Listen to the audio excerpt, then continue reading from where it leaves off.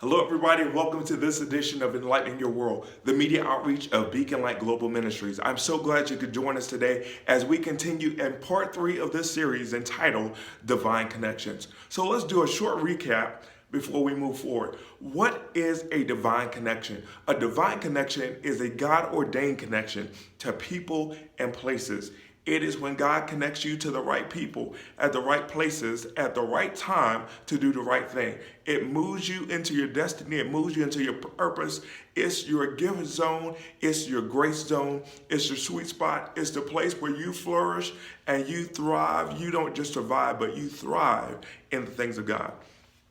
So on last time, we talked about Isaac, and we were looking at Genesis chapter 26. And in Genesis chapter 26, Isaac moved into a place called Gerar. And this was the land of the Philistines. And Abimelech was the king there. There was a famine going on. God gave specific instructions to not Abimelech, but gave instructions to Isaac. Hey, don't go to Egypt. I want you to stay right here.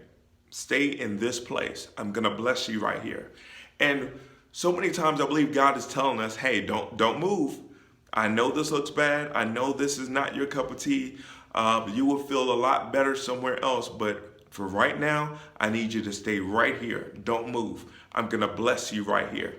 And so, maybe your money situation is not looking the way you desire. Maybe your health situation, maybe you're around some crazy friends, some crazy family.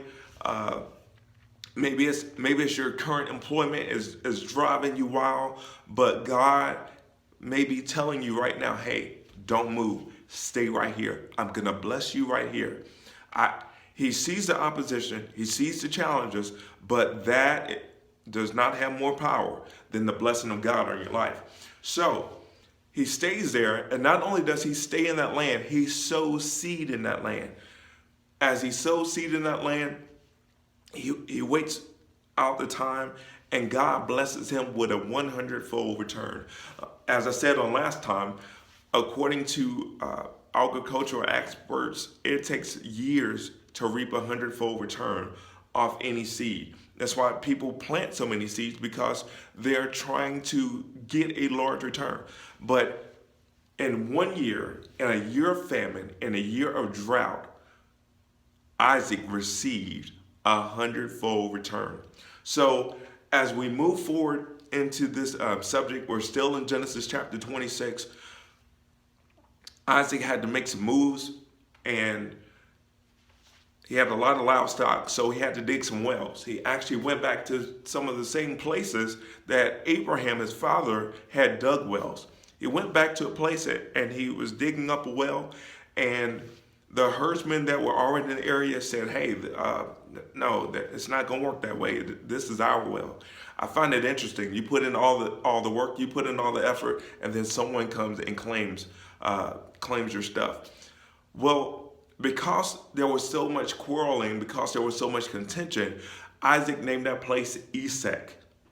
And so he packed up everything, packed up his herdsmen, packed up his family and livestock, and he moved, went to another place and began to dig. They found a well, and this was considered a living well. It was flowing, it was bubbling up with water. And again, here comes people who put no effort into this and see the work you put in and said, hey, this is ours. But this place was not just contentious. This was a place where they wanted to fight. So Isaac named this place Sitnah, and he packed up again, herdsmen, livestock, family, possessions, and moved again. When he moved this time, he dug a third well. When he dug this third well, there was a peace. There was a calm. No one wanted it. No one was fighting about it. Nobody was trying to make claims on it. And he named that place Rehoboth. The word Rehoboth in the Hebrew means spacious. God made room for Isaac. What do I want to get across to you today? How do I want to enlighten your world today? God is making space for you, but you got to be faithful. You can't settle just where you want to be. You can't go somewhere just because, hey, this looks nice, this seems comfortable. You got to go to the place God called you to go. God's plan for you has a specific geographical location. It's not enough to be in the right state. You have to be in the right city. You can't just be in the right city. You have to be on the right side of town. You have to be in the place God calls for you.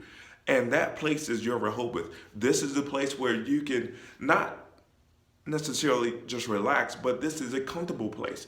This is a peaceful place. This is a place where you're not in constant opposition with your past, your future, or your present.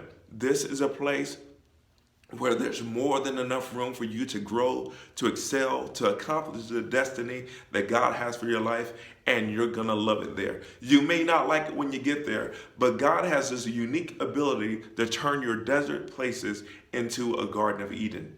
Actually, he made that promise in Isaiah to his people that those dry places, those waste and desolate places, he would turn it into a place of pleasure and delight. God has a Rehoboth for you, but it's in a divine place. God will divinely connect you to that place if you're faithful, if you refuse to give up, if you refuse to quit.